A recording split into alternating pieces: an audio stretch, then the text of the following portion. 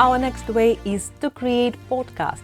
Podcast is a very powerful way to attract audiences. Imagine this: when somebody is in gym, somebody is driving, they can invest almost 1 hour of their time to listen to your advice and to your content.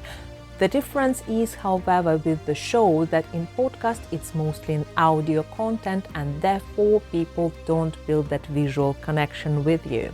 However, because they are willing to listen to you and the average podcast is approximately 40 minutes or more, people invest in this connection, people invest in your knowledge. That's why it's a very powerful way. And you can repurpose your show content as a podcast. That's why you create content once, but build the powerful impact in 2 different segments: when you create your show and when you create your own podcast. Also, podcasts have many platforms and therefore you can spread your content really widely. So it's a very important way to attract people to your personal brand.